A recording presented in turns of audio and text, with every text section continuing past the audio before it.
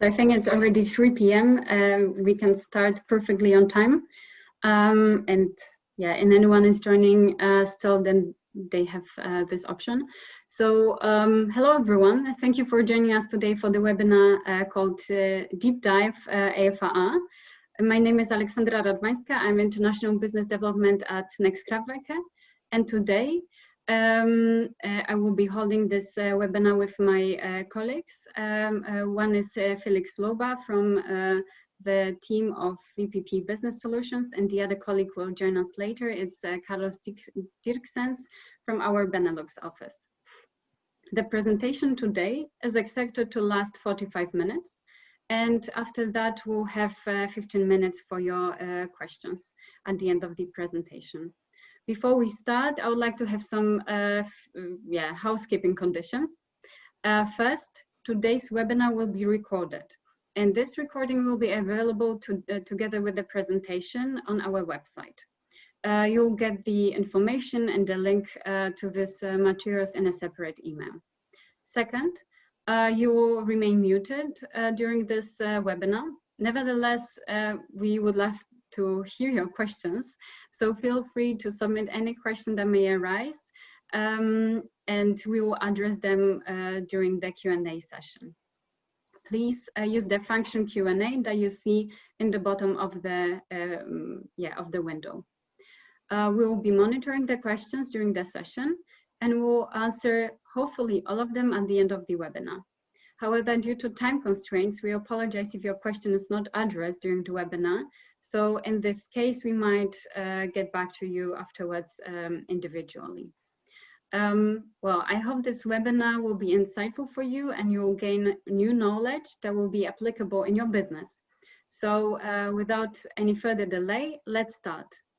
Yeah, thank you very much for the introduction. Good afternoon. My name is Felix Lober, and I work at Nemox Kraftwerk in the Department of VPP Business Solutions. At the beginning, let me briefly introduce Nemox Kraftwerk. We are one of the biggest VPP operators in Europe, and for the last 10 years, we've built a virtual power plant connecting more than 9,000 technical units, such as solar parks, wind farms, hydropower plants, biogas, also a fleet of electric vehicles, battery CHPs, power-to-X units, and also big consumers. And we are happy to have over 8,000 megawatts of installed capacity aggregated in our portfolio. That means we are present in 8 different European countries as energy trader, and we provide balancing services, also the topic of today's webinar, to 8 transmission system operators. And additionally, we enable other energy companies worldwide to create their own VPP with use of our innovative software as a service solution called Nemox. In the course of today's webinar, Deep Dive aFRR, we will mainly focus on these topics. We place aFRR in the context of balancing services and take a look at regulations of the European Union. You will get detailed information on aFRR itself and the other balancing products, balancing service products. After you have obtained a good overview of the characteristics and regulations, we would like to establish the practical relevance, because I think theory is good and important, but I think that concrete examples make it really matter. And last but not least, we will show a revenue example of a generation unit which is integrated in our virtual power plant, also with the help of our control system, Nemox. So let's get right to it. Yes, so first of all, to really understand what aFRR is and why do we even talk about that, we have to have a look at the history. So in fact, the European electricity market with free competition, as we know it today, is still very young and is under development. Still 3 decades ago, in the European electricity sector was a monopoly. So vertically integrated companies were responsible for generation, transmission, distribution, and supply of electricity. In the absence of competition, these companies were responsible for stable and secure energy supply, but also determined electricity prices and held the grid infrastructure. In 1996, with the adoption of the first European directive, the long and painful liberalization process has begun. This has broken up existing monopolies and opened the market for more participants. In most cases, liberalization was accompanied by unbundling, which aimed to split up the generation, transmission, distribution, and retail activities. As a result of the unbundling process, the vertically integrated companies can no longer both generate, transport, trade, and supply electricity while managing the transmission and distribution networks. As a result, Europe has created space for maybe not perfect, but still a competition in the energy generation and retail, which obviously created economic benefits for the end consumers. Now we can buy electricity from thousands of providers who race against each other to seduce us with more and more attractive or simply price competitive offers. However, not all parts of this value chain can be managed in a competitive manner. Such example is grid infrastructure, obviously quite limiting factor for unbundling. This infrastructure of electricity grids is a natural monopoly, very similar to telecommunication infrastructure or railroads or motorways. I think that everyone agrees that it would be almost impossible to build a second grid, since the construction of such a large infrastructure would require large investments and extensive permits. However, the power grid transporting electricity from generators to consumers, just like veins that transport blood in our body, is a critical infrastructure that needs to be kept in perfect condition. This huge responsibility stayed in the hands of grid operators, respectively transmission and distribution grid operators. And since currently we do not really have a solution allowing us to store electricity on a large scale, just like we store oil and gas, these system operators do their best to keep supply and demand of electricity in balance. To fulfill this challenge, they use so-called ancillary services. Felix, can you explain what does this term mean? Yeah, of course. Ancillary services ensure proper operation of the power grid. The grid operators, who are transmission grid operators and distribution grid operators, are responsible for ensuring a reliable power supply. So it means that they must guarantee that frequency, voltage, and power load remain within certain limits. This does not happen automatically, but through continuous corrections, namely ancillary services. The most renowned service is probably the frequency control or balancing energy. Ancillary services can be divided into 4 sections, as you can see: frequency and voltage measure, supply, reconstruction, and operational management. By the way, I think that in some conversations, these definitions get lost, right? Because some people say ancillary services, some people say balancing services, some people use the term control reserve. There are different definitions that are used quite irrespectively, but in fact, they do not mean precisely the same thing, right? Yeah, that's right. There are different names which get mixed, but they mean differently, different activities. Let's dive into it a little bit. Ancillary services is the generic term, and balancing services is the term for a service of this category, which stands for continuous compensation of grid frequency fluctuations. The frequency of power grid is 50 Hertz. It is important that the frequency is within a defined range so that the power grid does not collapse. In Europe, this is a positive or a negative deviation of maximum 0.2 Hertz from 50 Hertz. Therefore, the power feed-in and power consumption have to be in balance at all times. This also applies in case of unforeseen events, such as power plant outages, a strong wind period with the resulting high feed-in of wind power, or a sudden increase in electricity consumption. But on the other hand, we must say that grid operators are not left alone in this challenge of balancing the supply and demand of electricity, right? So in fact, the electricity markets have been created in a way that motivates market participants to find and maintain this market balance. So they therefore trade generation capacity until enough plants are available to meet the expected demand. Or In other words, they sell the expected generation of electricity as accurately as it is possible, and by the expected amount of consumed electricity also as accurately as it is possible. For this, they use different schemes of how electricity can be sold and bought. For example, they use long-term trading with, for example, yearly contracts on the so-called futures market.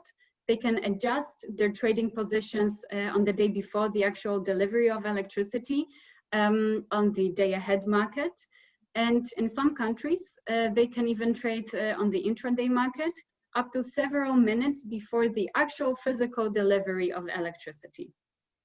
Of course, they use their forecast to fulfill this task. But we must say that no forecast is perfect. Therefore, it is normal for traders to have small imbalance in the portfolio that they are not able to cover in their bids. This energy is sold or bought for so-called imbalance price, and therefore we indicated this also on this slide as imbalance trading. However, it is important to mention that this practice should not be abused by the members of the energy exchange. And in fact, it is illegal to abuse it in majority of the European countries.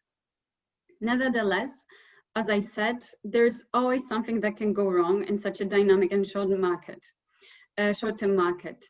So, for example, there may be a power plant outage or unforeseen strong demand, or on the other hand, there's a storm coming, so we have a lot of wind generation, or there might be a large consumer that is stopping their electricity consumption.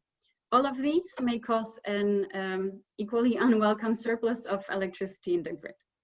So in this situation, TSOs use balancing services, which are reactive short-term means to level out frequency deviation in the power grid. They can be categorized, as you can see here on the screen on the right bottom part. They can be categorized into 3 products, such as FCR, aFRR, the topic of our webinar, and MFRR. So let's have a closer look at them. Yeah, so if the forecasted consumption and the forecasted production of electricity do not match, balancing energy intervenes. This means that the respective transmission system operator demands a certain amount of balancing energy.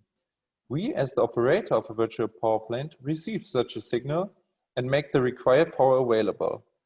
If the TSO demands that the frequency has to be reduced, we throttle our generation assets or shut them down for a short period of time.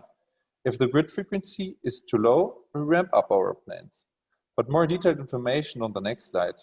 The picture figure illustrates the general principle of the 3 balancing energy products. In the last years, changes of the regulatory framework of the balancing service occurred many times to cover changing market conditions. The principle is similar in some countries, but there are also country-specific differences.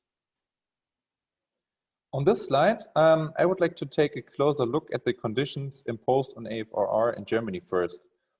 As you can see in the chart, aFRR is also called secondary reserve, as this balancing energy product has to be provided in second place.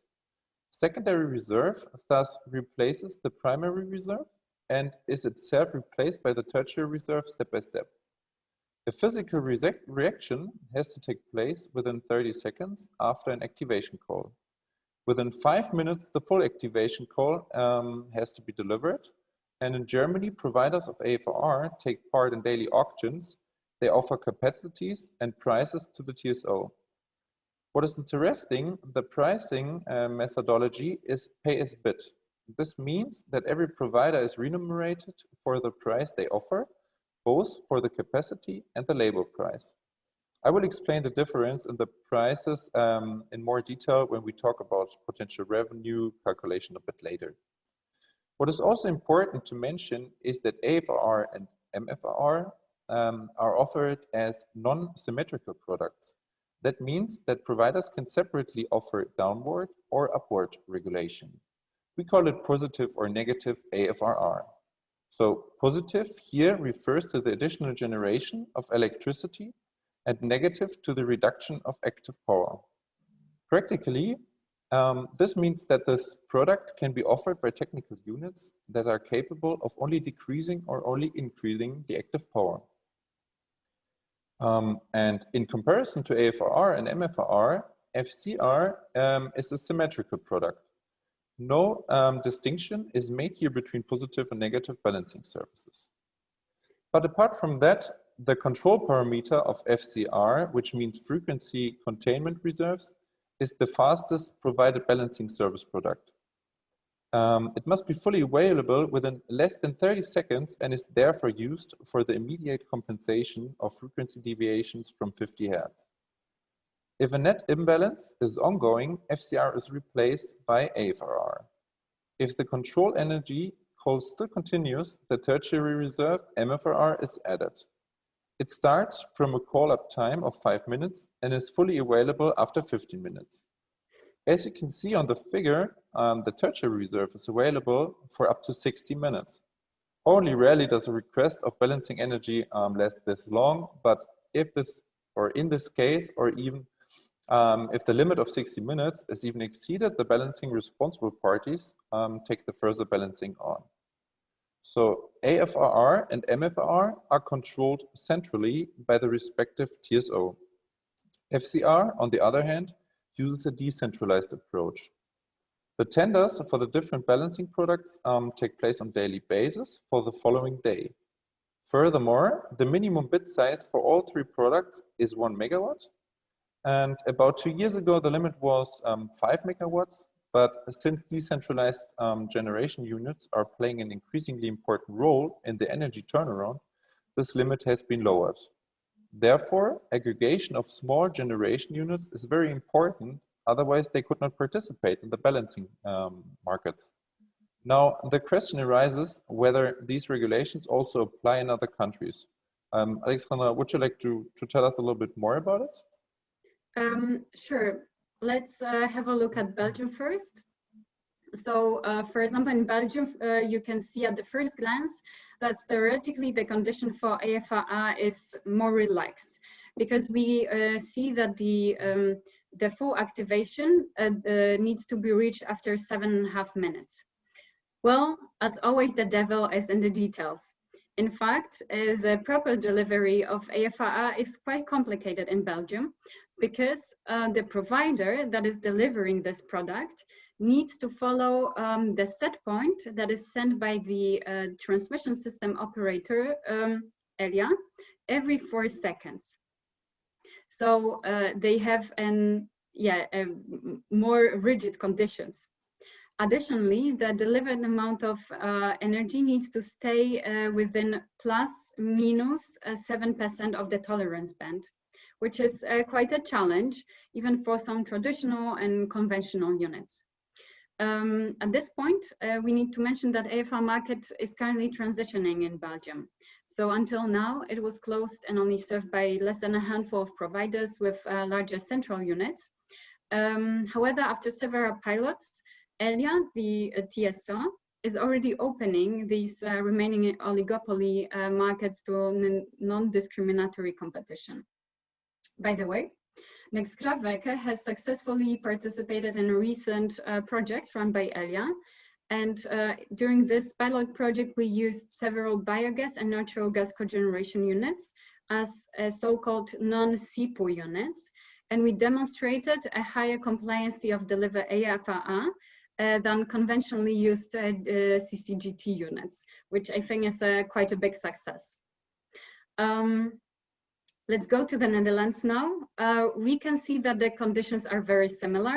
In fact, this is true. The aFRR product, which is locally called Regelvermogen, I hope that I do not spell it too badly, must be also fully available within 7.5 minutes. And the TSO also sends the new set point every 5 seconds, every few seconds.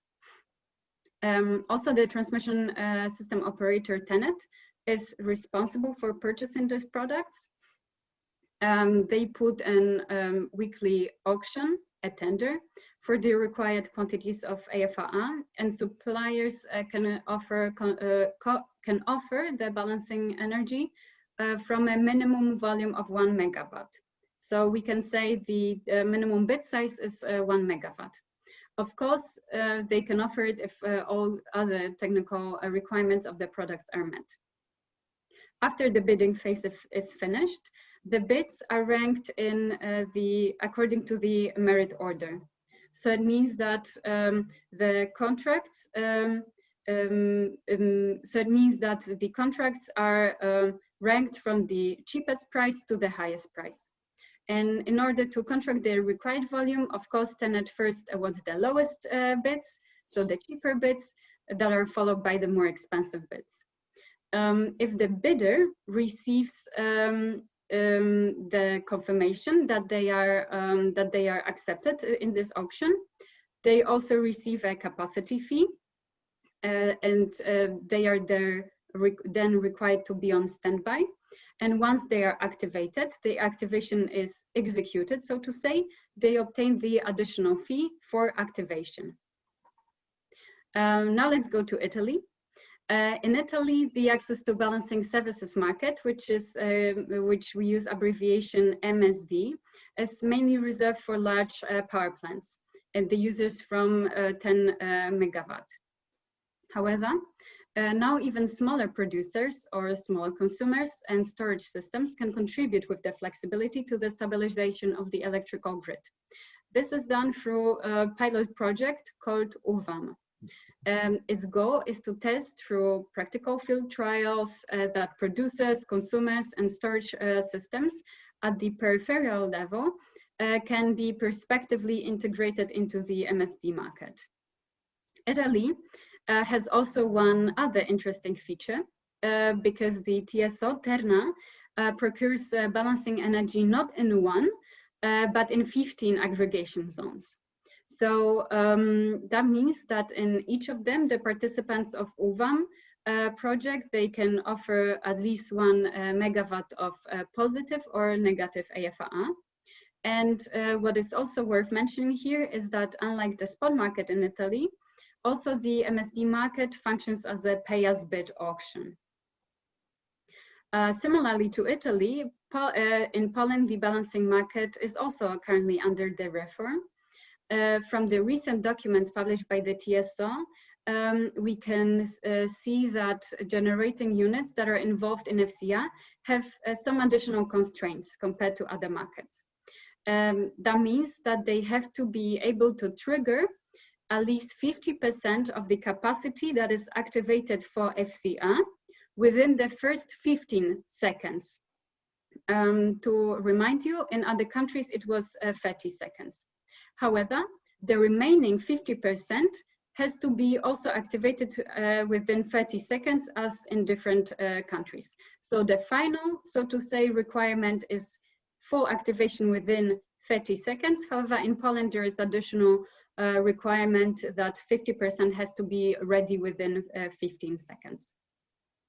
When it comes to aFRR, it also needs to be fully activated within 5 minutes, as in other countries. But here, the delivered amount of energy is not allowed to exceed plus minus 5% of the given set point.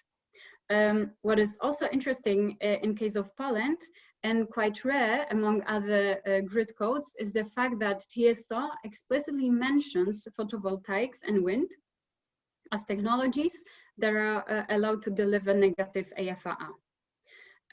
As for MFRR, it is executed as a remote load setting for generation units, and this is corresponding to the change in the value of the current work point and is transmitted in the current daily coordination plan.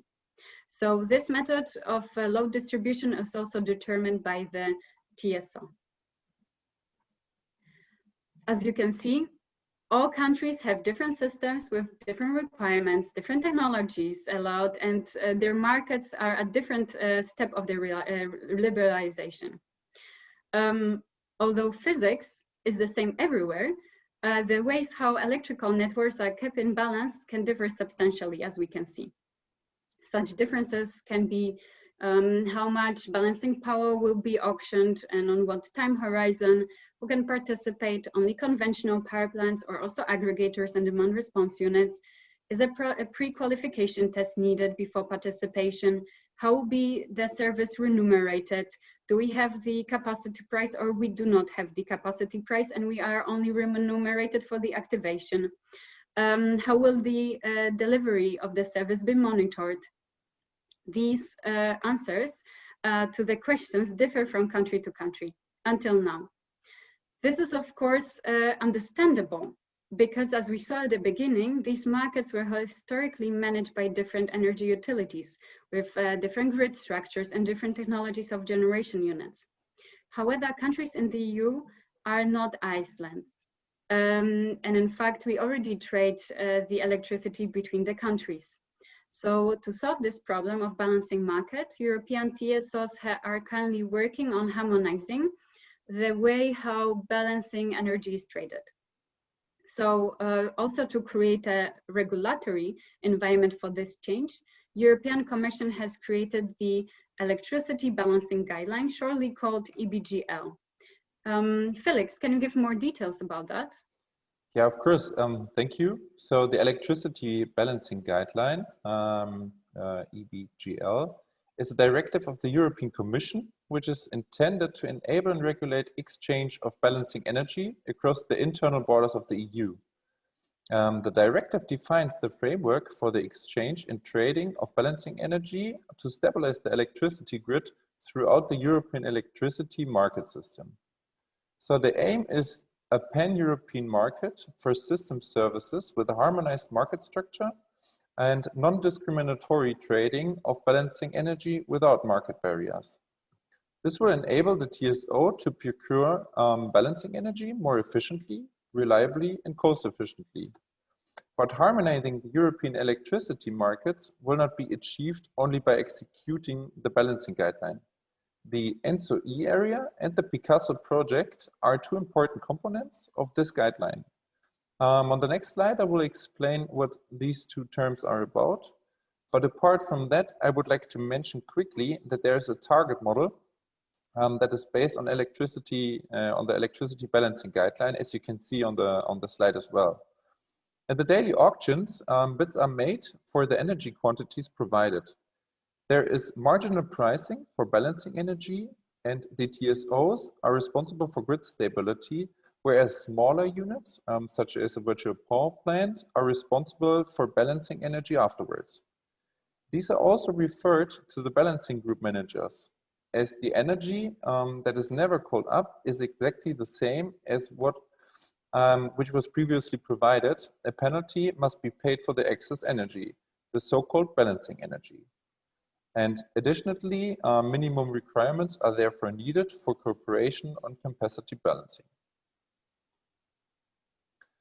After talking about the ENTSO-E area or the Picasso project several times on the last slides, I finally want to bring light into dark. So the ENTSO-E stands for European Network of Transmission System Operators for Electricity. Related members share the objective of setting up the internal energy market, ensure its optimal functioning, and support the ambitious European energy and climate agenda. This approach is very important, but also purposeful, with the result that more than 35 countries or 42 TSOs are now already part of the ENTSO-E area. And the Picasso project is an important part of the electricity guideline as well. Its name stands for the International Coordination of Automated Frequency Restoration and Stable System Operation, quite difficult word, which is the implementation project ensured by all TSOs through the ENTSO-E Market Committee. So it should establish the European platform for the exchange of balancing energy from frequency restoration reserves with automatic activation. The three main targets of this project are the following, as you can see. So first, design, implement, and operate an aFRR platform compliant with the approved versions of different regulations. Second, enhancing economic and technical efficiency within the limits of system security. And the last one, the third one, integrating the European aFRR markets while respecting the TSO model. In order to ensure the sustainable existence of this Picasso project, the transnational exchange of existing know-how is required. Only in this way is it possible to ensure a consistent understanding on consistent requirements in the NSOE area, of course. Yeah, indeed. There's a goal to have fully harmonized markets with standard products and similar rules. But also it is important to distinguish that market rules and physical management of the grid is not the same, right? So what I mean by that is that currently in majority of the countries, we operate on the national balancing markets, which treat the national electrical system as a copper plate. So we might think that Picasso project introduces the European copper plate. However, in reality, it would be very difficult to offer flexibility to the market independently from the location. I mean, with my capacity located in Germany, I cannot deliver ancillary services or balancing services in Spanish market, right? Yeah, that's absolutely right. Currently, aFRR is purchased by a system operator per country, or in case of Germany, for example, where 4 TSOs operate per TSO area. So, as you said, the capacity located in Germany cannot be purchased by a TSO in Spain. At the moment, we as Next Kraftwerke operate BPP in 8 European countries, and we currently offer balancing services in Germany, Austria, Italy, Belgium, and Netherlands. So we could say that European copper plate model would be ideal for us, isn't it? Theoretically, we can both agree and disagree with it. At the moment, we operate essentially in 8 TSO regions. So for each country, we had to adopt our technology to requirements of the specific TSO. We needed to pre-qualify the technical units according to different standards. We had to learn new markets, and each day we need to monitor the auctions for balancing energy. Now we run the VPP that is divided, in fact, into different pools of technical units that are allowed to deliver FCR, aFRR, and MFRR, and they are so to say attached to each TSO. However, we can assume that if we manage to complete this pioneering work in all of these countries, then we'll also be able to adopt the new guidelines brought by EBGL. And in fact, at the end of the day, we believe that creating liquidity also in the balancing energy markets is a good thing, because it increases the competition also for conventional units. And through this, it, at the end of the day, lowers the cost for the consumers. Yeah, but Felix, let's finish this theoretical part and let's look at how it is even possible to deliver balancing energy via a virtual power plant. Yeah, of course. It is possible to use even more and less stable renewables to provide ancillary services. Let's have a look at the principles now. So the demand for a certain amount of secondary reserve, so-called aFRR, arrives at the virtual power plant as a signal from the TSO and is split up into many small individual set points on the portfolio within 1 second using a high-performance algorithm inside of the control center. And normally an aFRR request takes a few minutes. As can be seen on the slide, more and more plants are gradually activated so that by jointly reducing production, the negative call offline is reached after about 10 minutes. You can see that 3 different set points are reached one after the other, and in the course of this, more and more assets are activated by the virtual power plant. So particularly suitable are plants which have a high number of operating hours and which are in continuous operation so that the generators can be throttled down. Of course, the system must also be automatically controllable, otherwise it would not be possible. Mm-hmm. And in practice, what does it mean? Does every single asset taking part in the delivery have to fulfill these requirements? Ideally, yes, but the good thing of a VPP is that the aggregation of hundreds of assets allows us to back up outages, to harmonize single characteristics of assets within the pool. So to say, the pool is a synthetic asset consisting of hundreds of small assets that complement each other, so to say. Mm-hmm. So now we have discussed the regulation, we understood the principle of providing balancing energy with a VPP. But now let's find the time for some practical examples. For instance, I'm curious which technologies can deliver aFRR, and in which extent do the volatile renewables can really help stabilize the grid? Let's have a proper look at this slide here at a biogas plant. So the special feature of a biogas plant is that it has a gas storage. The possibility to store the produced gas over a longer period of time is worth a lot in terms of balancing services. So, I mean, the keyword is flexibility at this point. The amount of flexibility is mainly defined by the size of the gas storage. The provision of ancillary services by biogas plants is permitted in some countries, but usually there are technical limitations. However, these may restrict the obligation to provide balancing services. As many biogas plants cannot provide 1 megawatt of capacity, which is the minimum bid size, on their own, they are usually marked in a combination. This refers to the aggregation in a virtual power plant. And since the engines are often used not only for electricity generation, but also, for example, for the production of heat, technical restrictions may influence the availability for the provision of balancing services. Due to the fact that plants are running most of the time, biogas plants usually provide negative aFRR. In most cases, the call-offs or the requests take only a short time, as I already said. But nevertheless, biogas plants make up the biggest part in our aFRR portfolio here at Next Kraftwerke. And in general, different technologies can participate in the market, of course. A crucial factor is to pass the so-called pre-qualification process. Here as well assets as the technological framework, in our case our VPP, is tested if it satisfies the necessary safety requirements. These again differ for the different balancing service products. Remember, ancillary service products are something like a last resort for the TSO to keep the net stable. And here at this point, I would like to tell you something about hydropower, especially in Austria. Many hydropower plants in Austria opted for investment subsidy instead of feed-in subsidies. This decision means that they had to sell the electricity on a competitive market right from the start. So it was important that they could rely on different marketing options in order to achieve the best possible price for the electricity production. This is particularly important, of course, when you consider the failing prices on the electricity exchanges.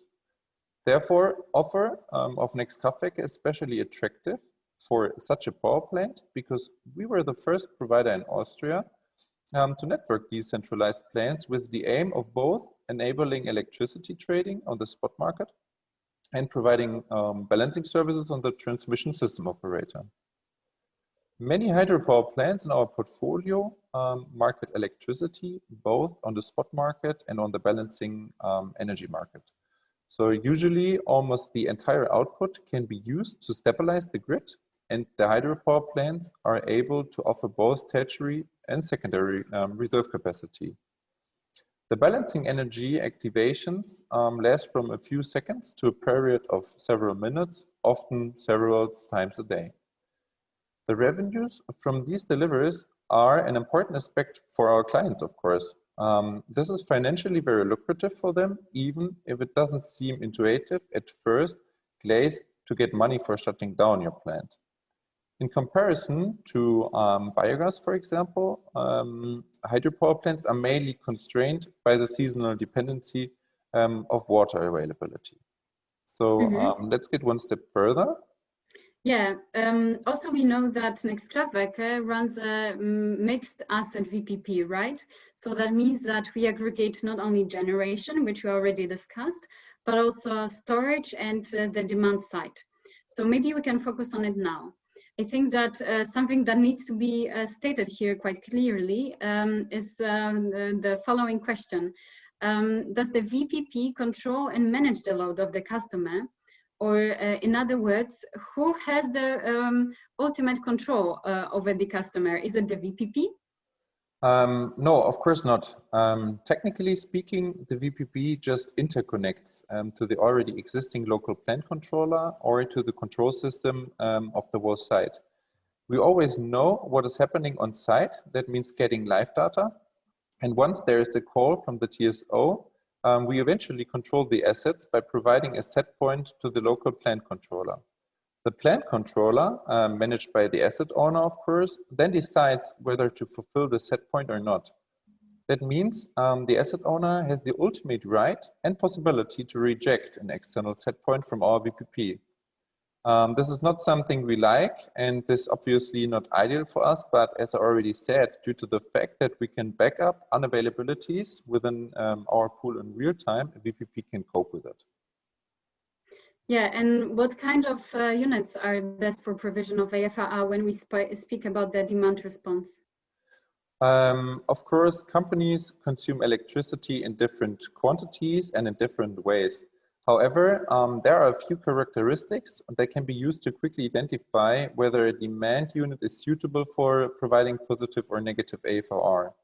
So there is continuous power consumption, or possibilities for a situational load reduction in the production process, or possibilities for short-term activation of the consumer. It is always good if there's a storage unit on site that can deliver electricity while the unit is not taking it from the grid. Mm-hmm. So it doesn't mean that they have to buy the expensive and not too eco-friendly batteries?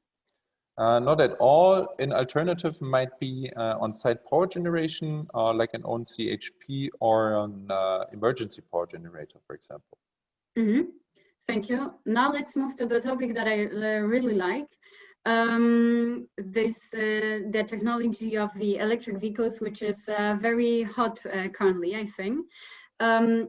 I would say when I was at the university, I remembered that involvement of electric vehicles in the balancing services was rather described as the melody of the future. So at least I personally have only heard about the pilot projects. And here we see that Next Kraftwerk uses the fleet of electric vehicles to deliver aFRR to TenneT in the Netherlands. Can you say something more about that, Felix? Yeah, for sure. In 2019, Next Kraftwerk and Jetlix launched initiative to use electric car batteries for the grid stability. In this setup, Next Kraftwerk provides the interface to the TSO, which is called TenneT, and markets the aggregated energy in their reserve control auctions, while Jetlix steers the charging of EVs over the air via their platform. Jetlix establishes the connection by linking its system to our remote control that is called the Nextbox. In doing so, the Jetlix fleet can be controlled by Next Kraftwerk's central control system that enables real-time data exchange between the Jetlix fleet and Next Kraftwerk, while also making it possible for the Jetlix fleet to receive set points from us that change the EV's power consumption. What is important is that Jetlix can receive user charging preferences and establish a live connection with the EV, making sure they are charged smartly. Depending on the charging preference, each EV can provide either positive or negative control reserves. Jetlix will be able to combine user preferences, so car data and charging station information, for a continuous forecast of the availability capacity. This is then used by us at the bidding process, of course. Mm-hmm. Thank you for this example. Now let's move to another example, which is also a bit connected to the question of Paweł Tokarczuk that I see in our chat, in our Q&A section. Let's talk about the power to gas, this time technology. I really like the fact that you not only can deliver aFRR with generation units or storage, which we saw already, and these are in fact the units that prevail in majority of the markets, but you can also include such innovative technologies like power to gas. And especially this electrolyzer is interesting because it uses electricity that is generated in the local wind farm. this electricity is not able, or the local municipality, the local city and industry is not able to use all of the electricity that is generated. And normally we would curtail this wind farm. So in a sense, this generator, this electrolyzer takes as an input the surplus of electricity and creates a useful service for the grid operator, right? Yeah, as you said, the electrolyzer makes use of the local surplus energy from the wind turbines located in the local distribution grid. Normally, this electricity would have to be curtailed, as you already said, or it would be exported from DSO grid to a higher level, the transmission grid. So what do we do in this case? Every 15 minutes, Next Kraftwerk delivers forecast data to the electrolyzer on PV and wind feed-in, gas and electricity consumption in Hasford, and the gas consumption of the nearby melting plant. The receiving interface converts this data directly into control commands for the electrolyzer. Depending on price forecasts and the current utilization of the gas and electricity network, the VPP remotely starts and stops the electrolyzer from Cologne, while at the same time standing by to deliver aFRR to the transmission system operator at any given second. Mm-hmm. And what happens with the produced hydrogen? This is fed into Hasford's natural gas network in a 5% admixture. It is used by local industry as well as by gas consumers who can then burn the mixture of natural gas and hydrogen in their gas heaters without any upgrades in their homes. Mm-hmm. That sounds like a really amazing example of sector coupling. And we also can observe that not only innovators discovered the importance of hydrogen in this challenge to accelerate the energy transition, but also the countries like Germany or Austria, which presented their hydrogen strategy. So I think this is a really great example. Yeah, this is a good point. Of course, regulation and market dynamics are impacting the potential earnings for renewable units. And in fact, playing around with generation is in Europe more encouraged than with the demand. Mm-hmm. Let's have a look now at the potential revenues that such a flex this time generation can obtain. So on this slide, what you can see is a potential yearly revenue that are possible to achieve in Germany, in Belgium, and in the Netherlands for provision of negative aFRR. The example of our calculation is a 1 megawatt biogas power plant. And this biogas power plant is offering half of a megawatt for the aFRR in all the countries, as you can see. In all countries, because this is not country dependent, it runs also on roughly 8,000 hours per year, but you can see big differences. For example, one difference that we can observe is the capacity price, which also in Benelux is called reservation price. This is a price which the generator is obtaining for just being on standby, for being ready to deliver when the activation is needed. Then what you can also see is how often the activation is actually happening. I will try to point your, I cannot. I thought that I could draw on this slide. So as you can see, the amount of hours that are activated significantly differ between the Germany, Belgium, and the Netherlands. This is because the German market is way more mature. There are way more competitors, many more technical units that participate in negative aFRR. So it means that there is always someone that can offer better condition at a certain point of the time. And one particular technical unit is not being used as often as, for example, in Belgium or in the Netherlands. As you can see here, also on the bottom part of the slide, this does not really directly translate into the earnings. So we in fact see that the potential earnings could be still bigger in Germany, This is in fact motivated by the difference in the capacity price. Of course, we can see that the asset operator and the asset owner share the earnings.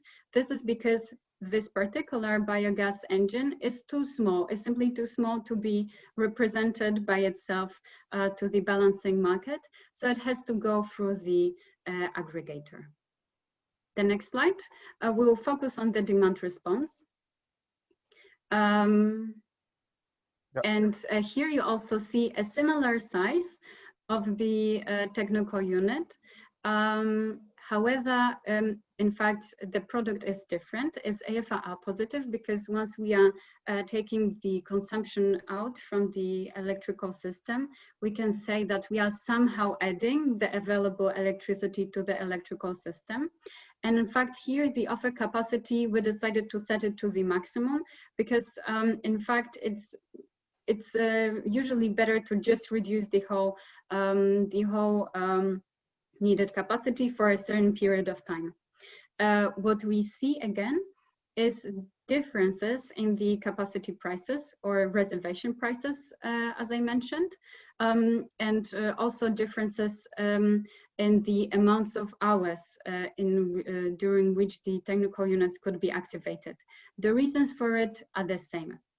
In fact, you see that the market is influenced by various factors. Therefore, it is very important to be always up to date, always know what are the current trends, how many competitors are there, to observe it every day, in fact. One also important distinction that we would like to give is the distinction between the capacity price and the activation price. In the countries that are listed here in the table, we see that both prices are present in the balancing energy market. However, there are also other countries that only offer the activation price, or in other words, the TSO, in fact, does not offer the capacity price in the balancing market, and only is remunerating the participants once the activation really is happening. Nevertheless, we see this is a very complex topic. And in fact, when we only have a small technical unit, or we would like to become the participant of the demand response program, it's always good to have an aggregator to take over the market risk and the responsibility to deliver the services, and is representing us towards the transmission system operator. Therefore, I would like to highlight how important is the proper infrastructure of a virtual power plant that is aggregating different technical units. Felix?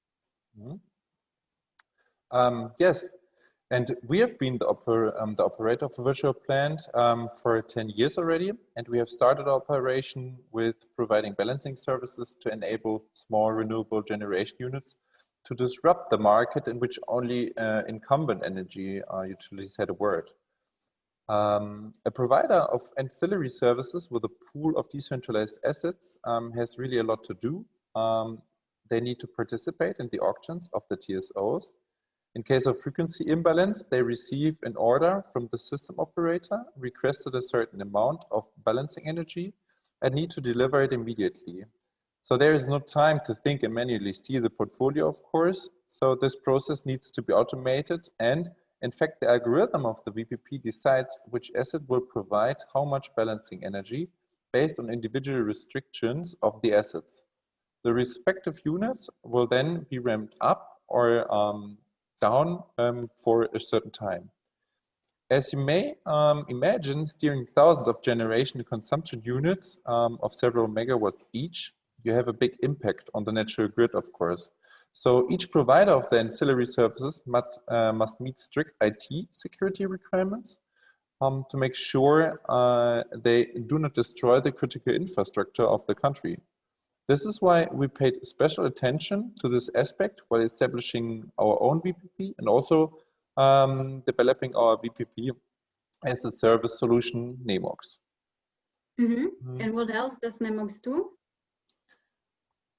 Maybe here on this slide. So the core function of Nemox are aggregation, monitoring, so the continuous provision of live data, and the manual control of distributed energy resources. This means that Nemox provides the operator of the virtual power plant a detailed overview of the available energy capacities of his plants so that he can, the assets can be controlled within a framework of specific use cases. You can also see them on the slide on the bottom. So common use cases here are, for example, the electricity price-oriented control of the plants or sale of the generated energy on electricity markets. In addition, Nemox can also be used to offer balancing services, of course. And as already mentioned, the high-performance algorithm, which is the core of the control system, splits a balancing energy signal from the TSO within seconds to all plants and sends individual set points to them. Due to the modular structure of Nemox, the system can be implemented in an existing software environment or completely rebuilt. It is only important that the control system is provided with external data, such as market data, for example, or weather forecasts. This is the only way to efficiently control the connected plants or market the generated energy. Yeah, thank you very much, Felix. We, in fact, have a slightly delay. Nevertheless, it's already time to jump to the questions of our participants that were asked here. As we mentioned, we will choose, we'll try to choose the most relevant questions that are the most interesting ones. Also, during the registration, you had the possibility to ask a question. Some questions were also very interesting, very relevant for this topic. So we also included them to be answered live. Yeah, so let's go to the question round now. I think, Carlos, you can join us as well, right? Yes, hi. Okay, 1 second here in this case. And also just share the screen.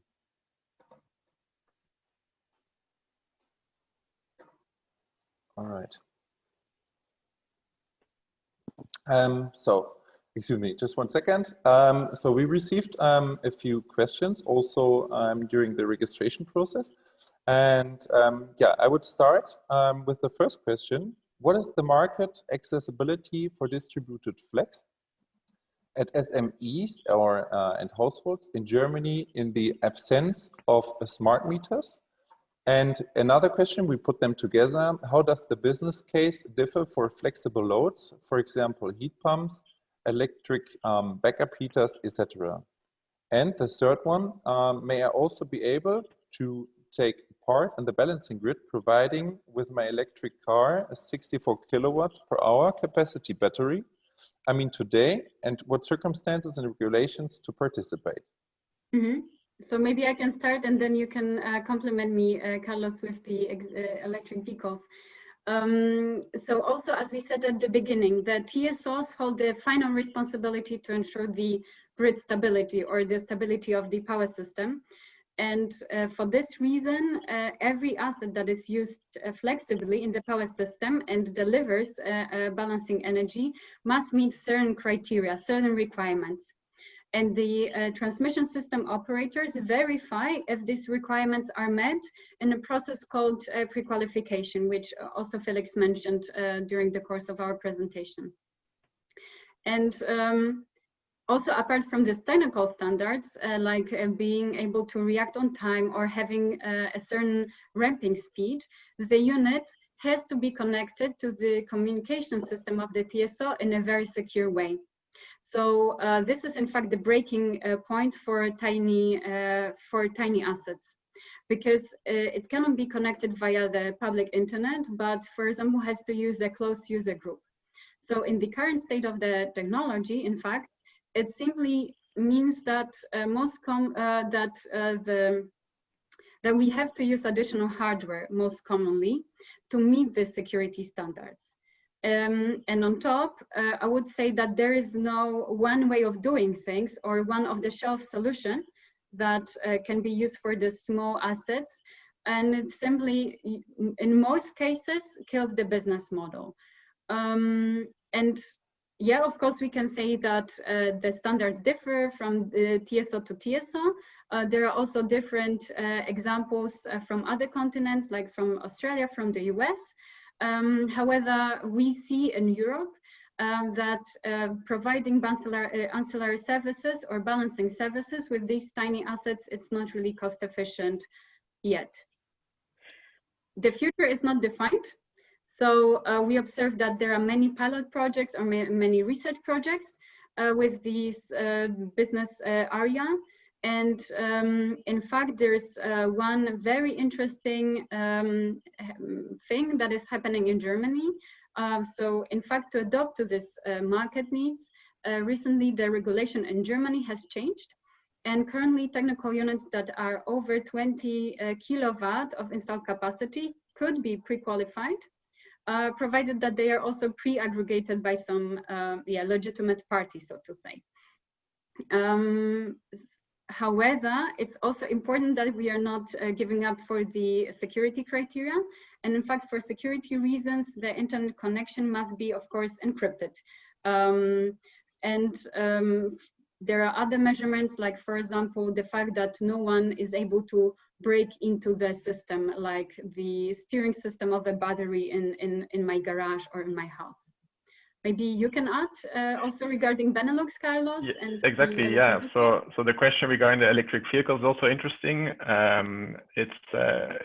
Actually, the answer is in line with yours, but for example, in different countries, there are always different rules. So for example, we also presented our pilot project with Jetlix, which is currently a pilot project, but which will next year just be a normal operation also of aFRR. In which you can normally participate. And of course, a normal car has an order of magnitude of 10 kilowatts. And indeed, this currently does not justify the implementation of any special equipment. And therefore, in this specific case, we looked into a solution working with existing platforms, such as Jetlix, who has a portfolio of electric vehicle users and who directly also fixes this charging possibility, this flexibility with the car manufacturer, so that there's no additional hardware required, and so that the business case actually works. In other countries, it will always depend a bit on the regulation. In Belgium, there are different requirements from the TSO on assets that deliver with regards to local hardware that needs to be installed, which are all creating potential bottlenecks to make a business case working. So in the Netherlands, it's today a possibility, like it was explicitly asked in the question, but in the other countries for the moment, often not yet. Okay, then I would say let's jump to the next question. This is regarding technologies which can take part. So would power-to-heat technology be able to take part in this frequency regulation system? I mean, fast energy consumption by an electrode boiler. Mm-hmm. I think partially answered this question when presenting the power-to-gas. In fact, if this technical unit is big enough, right, to be able to participate within some aggregator pool, then I wouldn't say that there is anything that excludes its participation, from the balancing energy market. I would compare it to the power to gas unit, in fact, in the principle. Indeed, these units, I also see these units getting more in the picture every day, and most of these electric boilers, they can be modulated quite nicely. So in the upcoming aFRR markets in Belgium and Netherlands, I also certainly see opportunities for this technology. Right, thank you. The next one is about regulatory differences. I understand the aFRR market is already opened for many years in Germany. Why does it take so long in other countries like Belgium? Yeah, so that sounds like a question for me. Indeed, I mean, so we have been delivering this product for a long time in Germany, and in the other countries. We also want to apply this experience, of course, and we see different reasons why the pace is different in different countries. I think reason one is maybe that it's quite a technical product. It's critical for keeping a country's stability, and therefore grid operators may be tempted to postpone such a critical decision further in the future and focus instead on things that are easier, like FCR and R3, like MFR, where there are maybe less risks in terms of if parties would fail, or in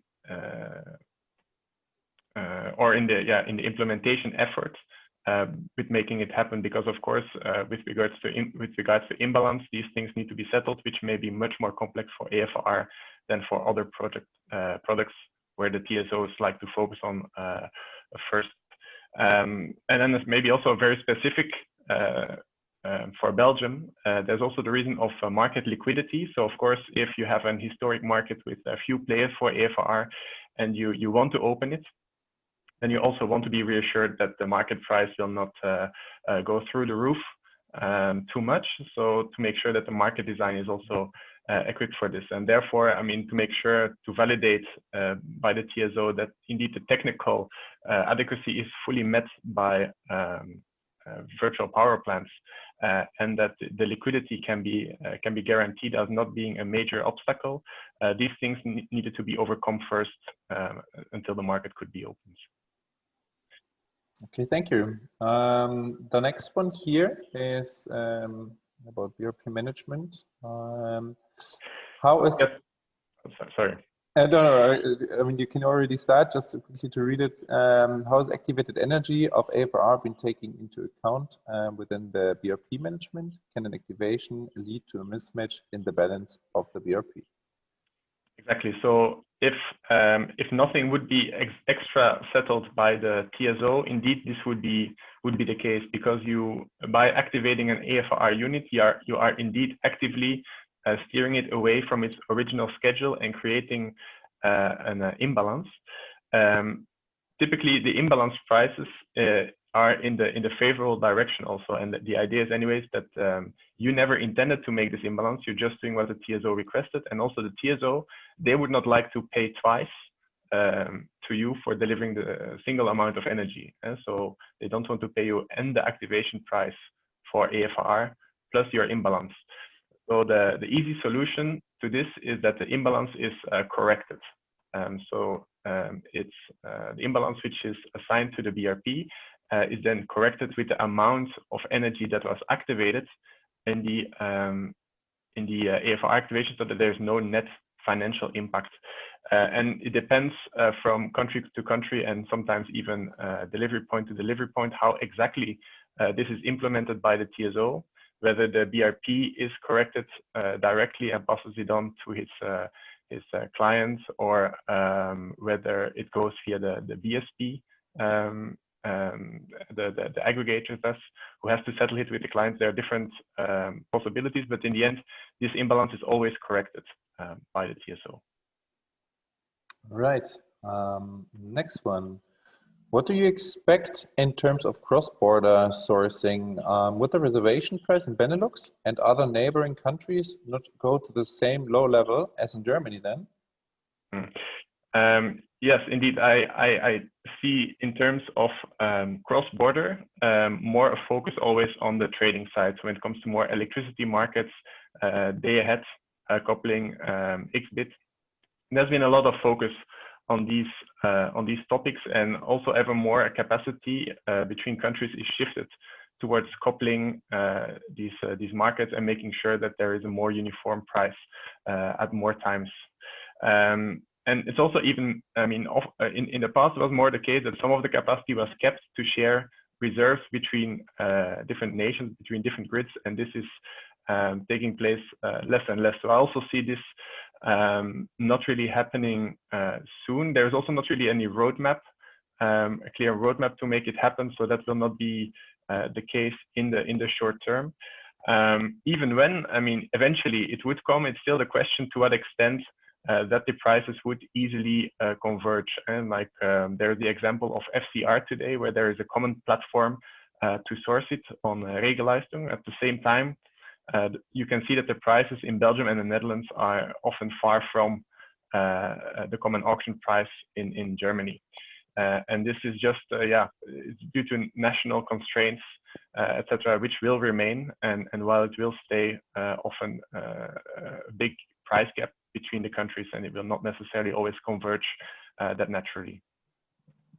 Okay, maybe, oh yeah, sorry, Aleksandra, you wanted to ask? Yeah, maybe just to add, if you're in, I don't remember who asked this question, but if you're interested in it, maybe you could also observe the implementation of Transbode IGCC pricing. I'm not sure if you mentioned this name, Carlos, but that's a word to observe, and that's something where you can also find more information. And I just wanted to say that we know that we are 10 minutes over the time. I would say we answering the questions till 4:15, and then if there are still some questions left, we will answer them afterwards and personally. Okay, just for you as an information. Yeah, then the next one here, can the Picasso project affect the demand in Germany for aFRR? Would it create more synergy, lowering needed reserves? Yeah, in fact, I would say that this is the goal, right? Also, as Carlos mentioned, there is a wish, there is a need to trade the balancing energy also cross-borderly. So we see that it will be evolving into this direction. I don't think that we can say more about that at that point. I think it was partially covered also with the previous answer. This one here. How does DSO communicate with multiple delivery points of DSO? In this case, biogas plant connected to the DSO grid. Yeah, this is true that the biogas plant is connected to the DSO grid, but the way of the signal or the way of communication is following. The TSO has an interface to our control system or to any other aggregator. And then aggregator, or for example, next Kraftwerk, is connected to each and signal asset, to every asset. This signal comes from the TSO to us and to the technical unit at the end.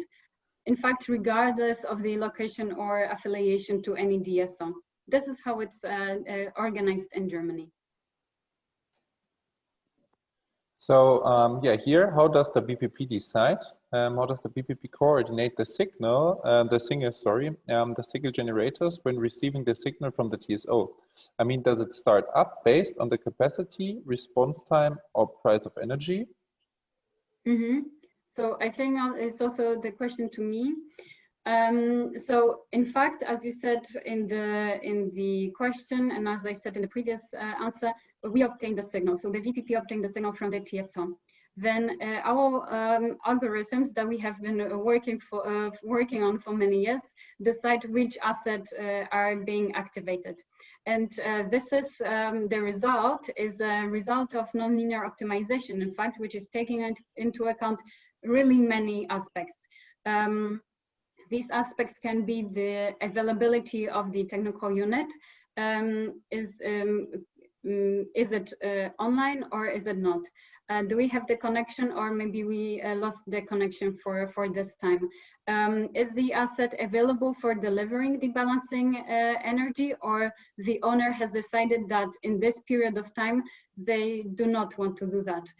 What is the active power at that moment?